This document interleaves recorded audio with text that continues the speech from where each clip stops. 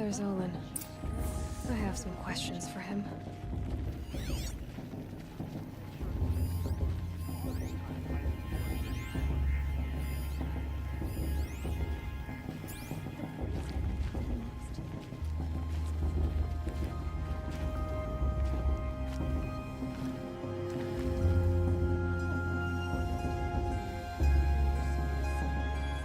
The Sacred Land is my home. I never want to leave it.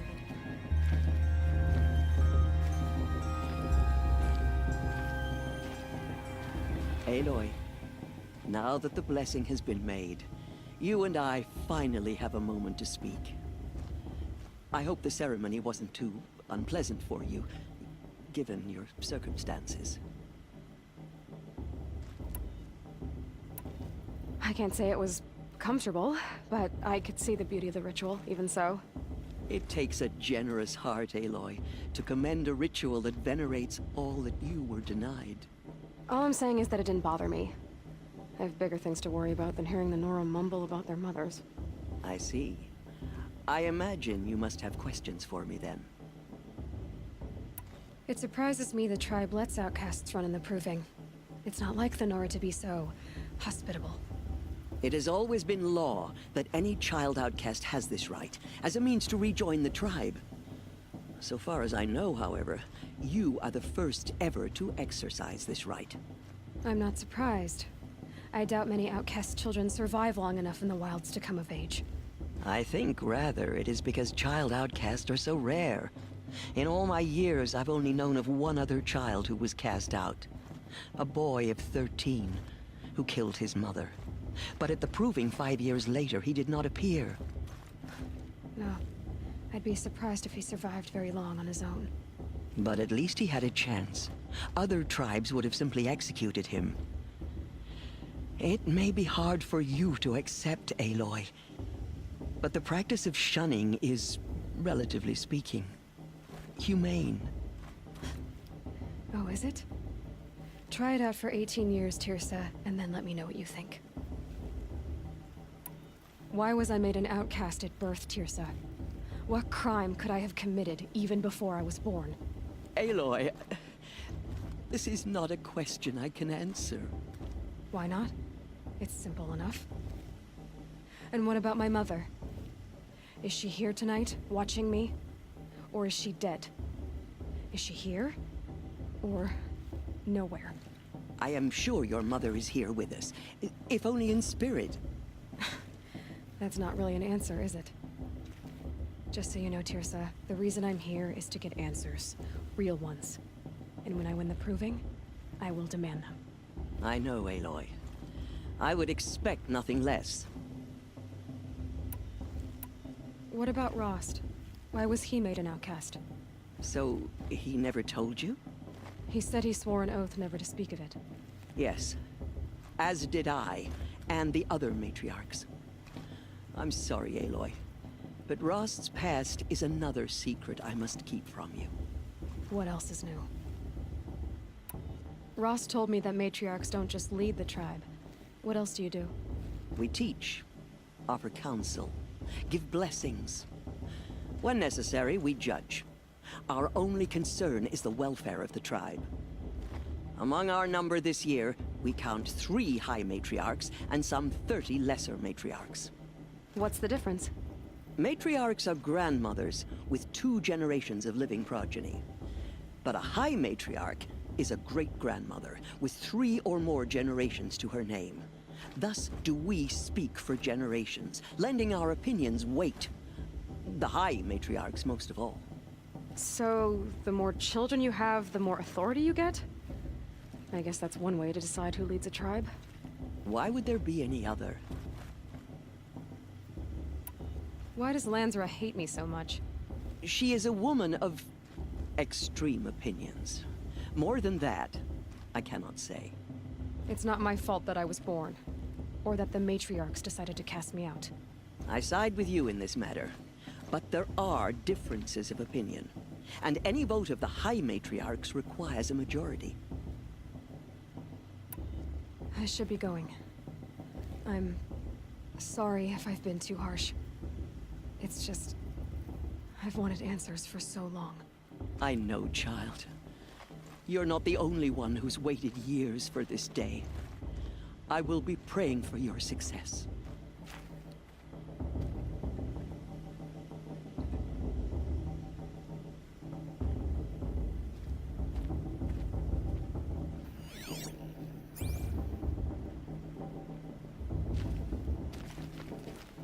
That blessing wasn't bad. Nice and short, anyway. But I know a half-dozen Oseram tinkers who could put on a better fireworks show. Oops. I hope I'm not throwing a wet blanket on your sacred ritual. It was nice. Really.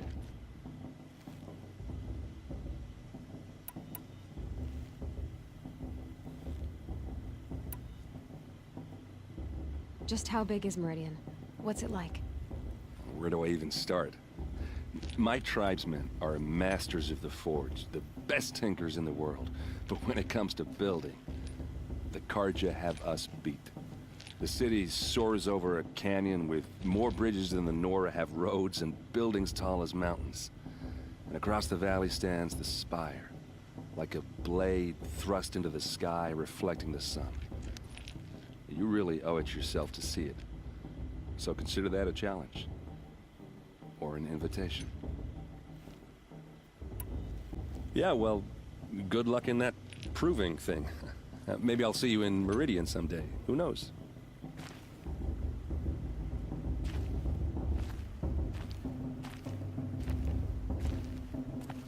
Your blessing was most illuminating. I've never seen its like. A rare gift indeed. But you don't believe in Allmother, do you? Usually the distance between our tribes shrouds Nora ways from Carja eyes. But here among you, I see a beauty that shines true. Perhaps Naman is right after all, that the sun's light brightens all lands and all peoples. Who's Naman? One of my brethren, who believes the sky is wide enough for the faiths of all tribes. Who is the Sun King you speak for? His Luminance Avad is the 14th king of the Radiant Line. His light envelops the sky and everything beneath it. He is the chosen of the sun. By his divine rule, we are given sight and purpose. You speak highly of him. Do you know him well? By his nature, he is unknowable and infallible.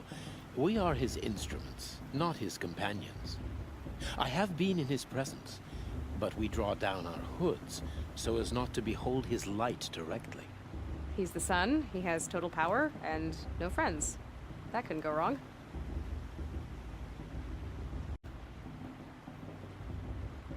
If your Sun Kings are so infallible, how do you explain the crimes of the last king?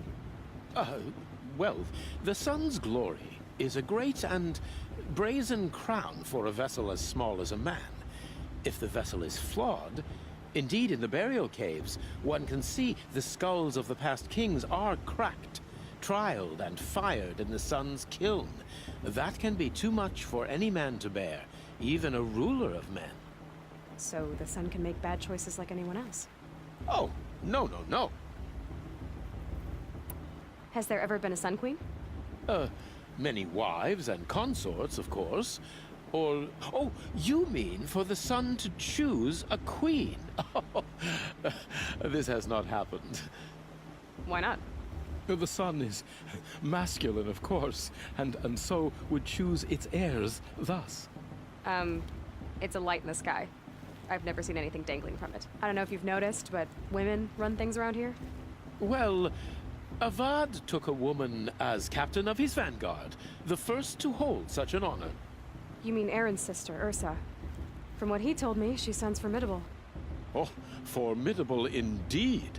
A woman, and an outsider as well. She might make a fine Sun Queen, given a chance. A sun... Oh, no. Who are you, Sun Priest? I am the Reverend Irid. The glory of the Carja is the sun's glory, reflected. We Sun Priests are but glimmers of its great light. You just said a lot, but you didn't tell me anything. My apologies. My duty is to carry out the will of the sun. by serving its emissary among us, the Sun King. I comfort those who walk by the light of day, and I travel to those in far reaches whom the light barely touches, bearing warmth. So you live in Meridian? I do. Where better to mark the sun's divine passage than where the sandstone glows in the light of its passing? I was raised in the mesa's great shade, its wild bird markets and metal cellars, spices and colored silks. Sounds impressive. Oh, you should behold it. And you can if you make the journey. At His Luminance's order, we have flung its gates open to all. Any Nora who leaves the sacred land becomes an exile. But hey, who knows where I'll end up. Did you come all this way just to deliver your Sun King's speech? It is my duty, and also my honor, to carry the light of atonement to those we overshadowed and wronged. I swallowed my fear, but it re-emerged. I am glad Erend van Guardsman made this journey. He is my shield, a good man. Why were the Karja at war with the Nora? Under the 13th Sun King, the Karja had no peace with any tribe. His luminance has sent those days to dusk. We must renew the light that binds us, though few volunteered to come here. The Nora scare you. They're good at making people feel unwelcome. It's said one soldier died for every Nora taken alive. But I see you can be as calm as you are fierce. This has been illuminating, but I should get going. You have already been blessed, but may the dawn find you, the day warm you, and the dusk have light to guide your path.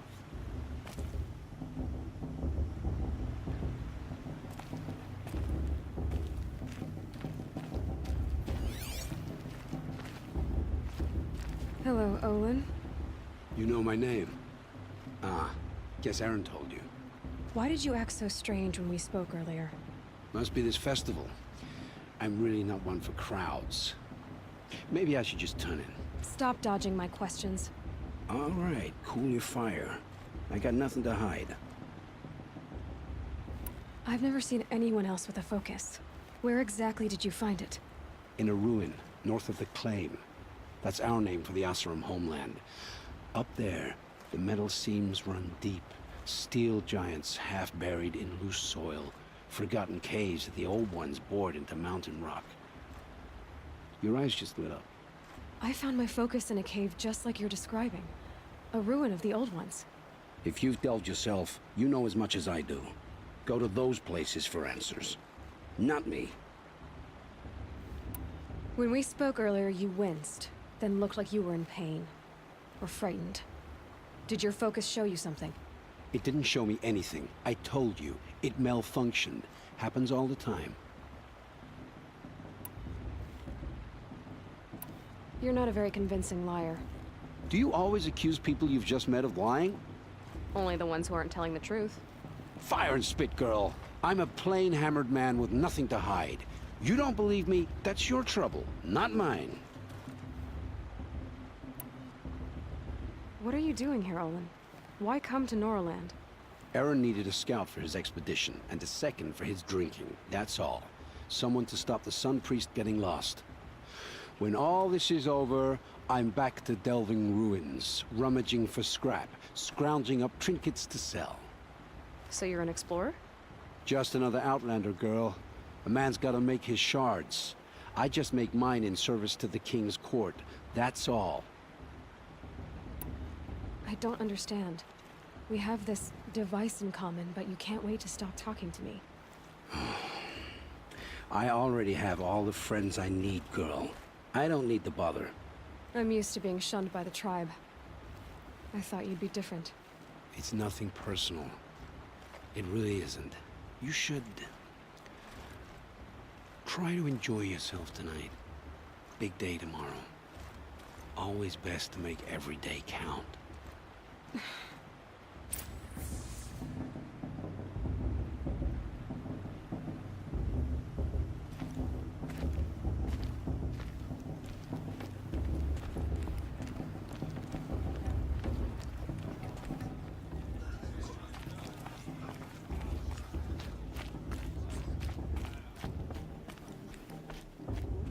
Listen carefully now, for you'll have to tell this when I'm gone. In the beginning, all life. Everyone always says that the best climber is Jark. That's who. Jark the Climber. It's not my name. It should be. Drunk? Me? I'm sober as a matriarch.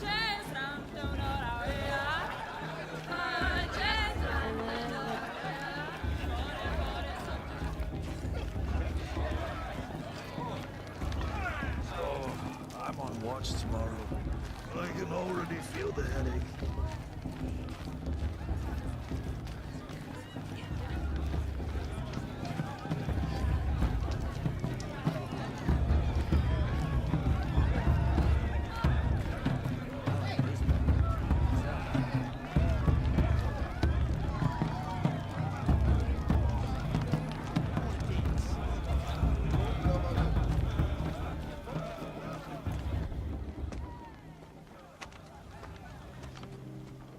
Motherless chuff.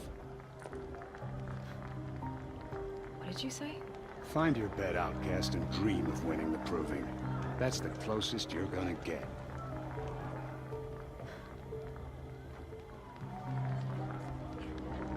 Oh, this is the bedhouse? With you standing guard, I figured it was the latrine. Your very presence here.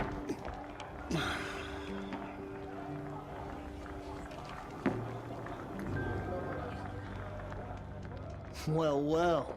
Look who's come in from the wild. The motherless outcast. I see you've still got a scar from where that rock I threw hit you. Now that's a cherished memory. You can be a real lard sometimes, boss. Cut it out.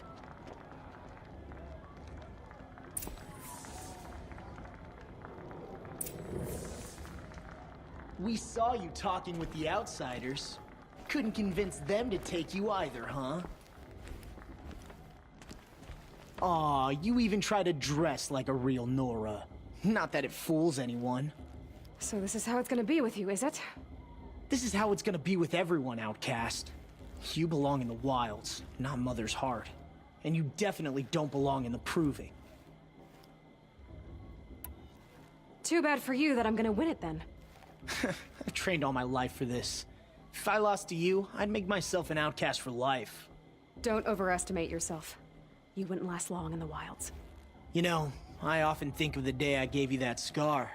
It's a cherished memory. What I remember is how the other children saw that you were a monster. But I suppose you leave that part of the story out when you tell it, don't you? I branded you that day to mark your shame. All you did that day was make me stronger. Just wait. I'll show you tomorrow. Yeah, right. This is boring. Time for Boss to get some sleep. You'll be the one surprised tomorrow, outcast. Not me. Oh, are you gonna shut your mouth? Because that would be a surprise.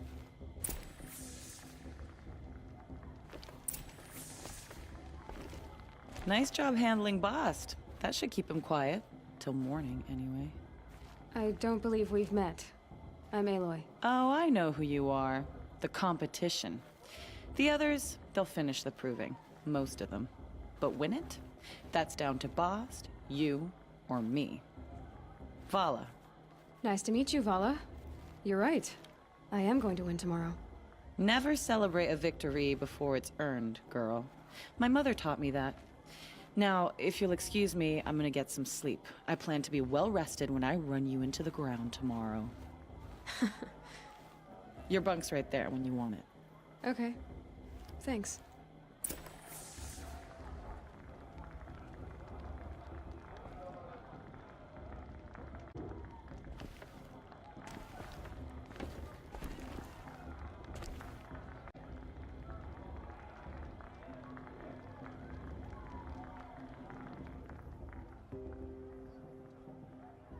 So, your first day in Mother's Heart.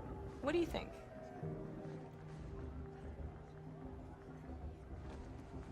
You've never slept in a Nora Lodge before. Not very private.